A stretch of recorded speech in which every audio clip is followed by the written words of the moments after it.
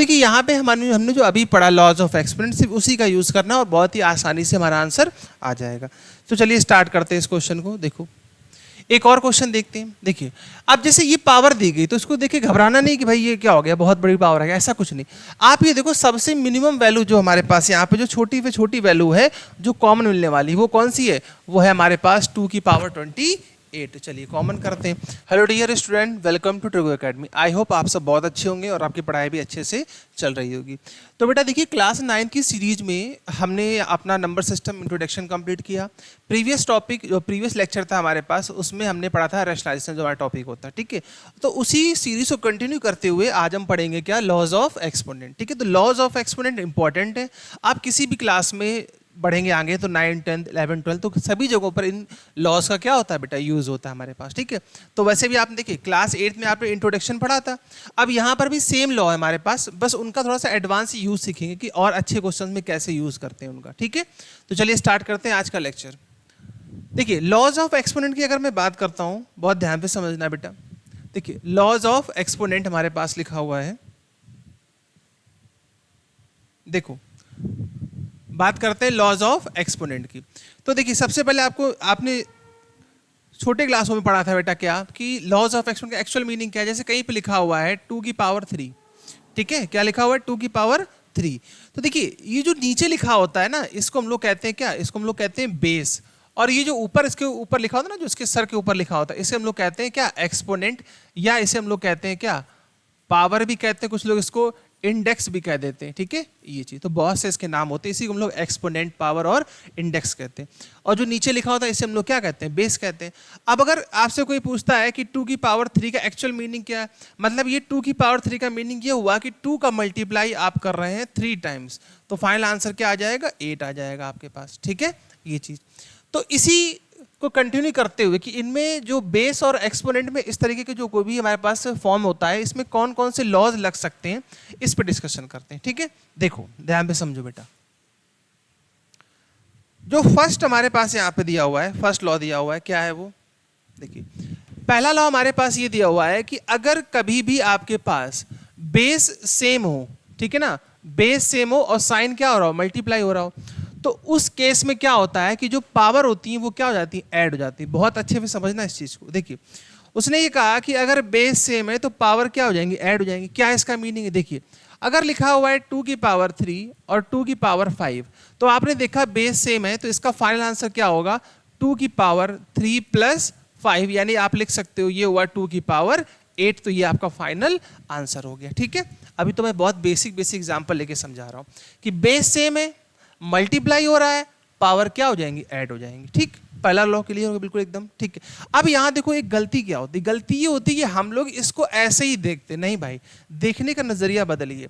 अब आपको क्या करना है कि अब आपको इसको ऐसे भी देखना, अगर कहीं पे इस तरीके से लिखा हुआ है तो आप इसको ऐसे भी चेंज कर सकते हैं। कैसे, मान लीजिए कहीं पे लिखा हुआ है 3 की पावर x प्लस वाई, तो इसका एक्चुअल मीनिंग क्या है, इसका एक्चुअल मीनिंग है बेटा ये लिखा हुआ है 3 की power x into 3 to the power y, यानी आप इसको अपोजिट भी यूज करना सीख जाओ, ठीक है। क्लियर है। अब देखो अब एक चीज देखिए बेटा कि अगर a to the power m whole power n लिखा हुआ है तो ये क्या हो जाएगा, a to the power mn हो जाएगा। मतलब ये कि अगर पावर पर पावर है तो यहाँ पे क्या होता है, उनका मल्टीप्लाई होता है। कैसे, लिखा हुआ है 2 की पावर 3 होल पावर 2, तो आप इसका इसे मल्टीप्लाई करा दो तो ये हो जाएगा 2 की पावर 6 हो जाएगा, ठीक है। तो ये भी इसका बेसिक कॉन्सेप्ट था हमारे पास। अब अगर कहीं पे लिखा हुआ है कि a b की पावर m, मतलब अगर दो नंबर हैं हमारे पास और उनकी पावर सेम है तो आप उनको अलग अलग करके भी लिख सकते हो। जैसे कहीं लिखा हुआ है क्या कि 2 इंटू 3 होल पावर 5, तो इसको आप लिख सकते हो 2 की पावर 5 और 3 की पावर 5, ये चीज, ठीक है। यहाँ तक क्लियर है ये चीज। ऐसे यहाँ देखो अगर कभी भी पावर नेगेटिव होती है तो उसको बनाते हैं पॉजिटिव, तो इसको आप लिख सकते हो क्या 1 भाई, ये गलत हो गया है, इसको ठीक कर लेना, इसको ठीक करिएगा, ये ठीक है। मतलब पावर नेगेटिव है तो उसको पॉजिटिव। कैसे, कहीं पे लिखा हुआ है a टू द पावर -1, तो उसको लिख सकते हैं क्या 1 बाई a।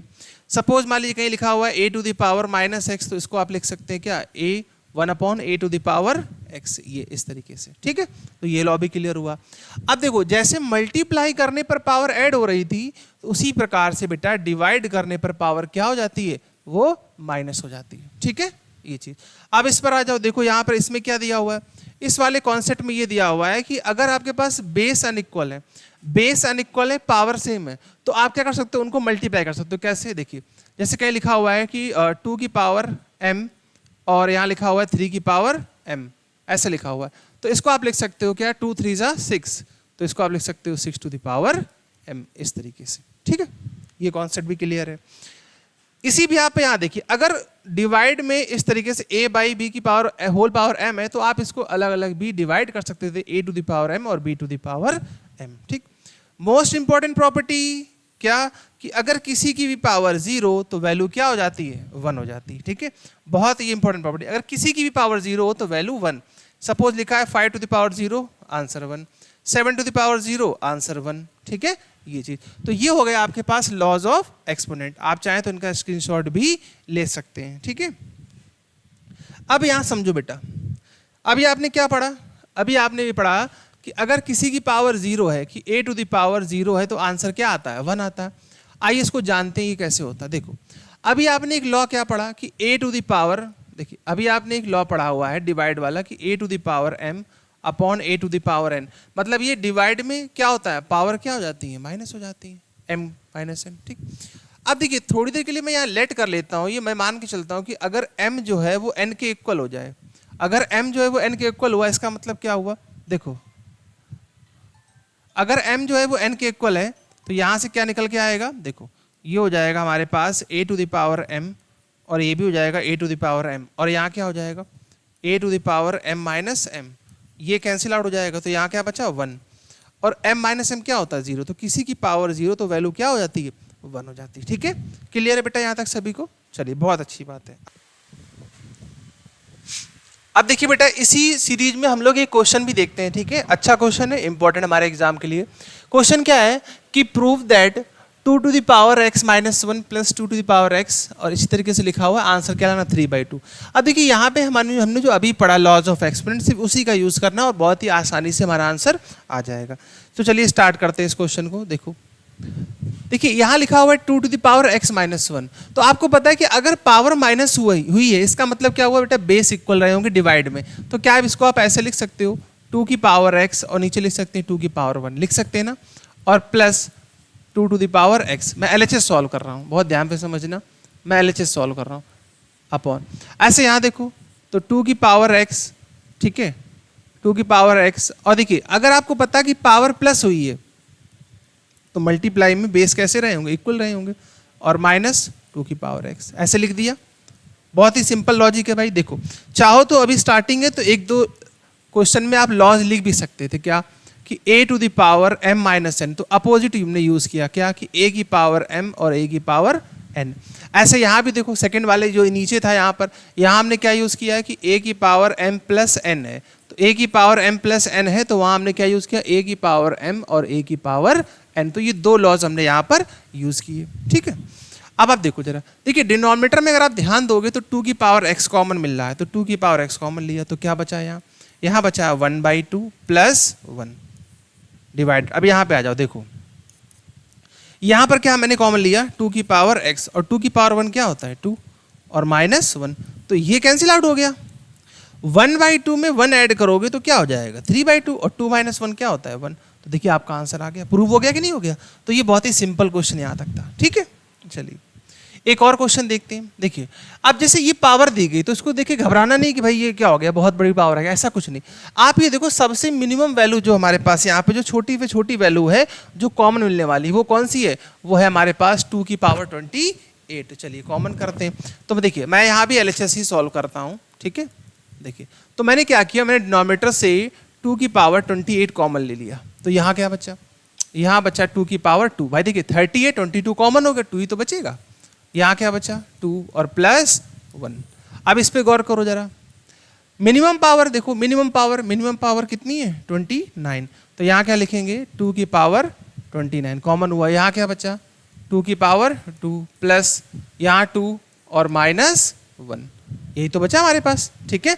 अब आप देखिए ध्यान से, अगर देखिए बेस इक्वल होते तो क्या होता है बेटा, बेस इक्वल डिवाइड में होते तो क्या करता है माइनस करते हैं, तो 28 को 29 से माइनस कर लो तो क्या क्या बचेगा 2 की पावर 1 ही तो बचेगा, बट 29 से 28 माइनस हुआ। अच्छा 2 की पावर 2 कितना होता है 4 प्लस 2 प्लस 1, ऐसे यहाँ देखो 2 की पावर 2 4 प्लस 2 माइनस 1। चलिए इसको सिंप्लीफाई कर लेते हैं, तो कितना आ जाएगा 4 2 6 6 1 7, और नीचे कितना हो जाएगा 4 2 6 6 1 जाएगा तो क्या बचेगा 5, तो आपका आंसर कितना आ जाएगा 7/10। देखिए फाइनल आंसर आ गया कि नहीं आ गया हमारे पास, ठीक है। चलिए तो आज के लेक्चर में ये इतना ही, मैंने आपको लॉज ऑफ एक्सपोनेंट बताया प्लस उसके 1-2 क्वेश्चन कराए, बाकी प्रीवियस लेक्चर में हम लोग इसके और अच्छे अच्छे क्वेश्चंस को डिस्कस करेंगे, ठीक है। चलिए ओके।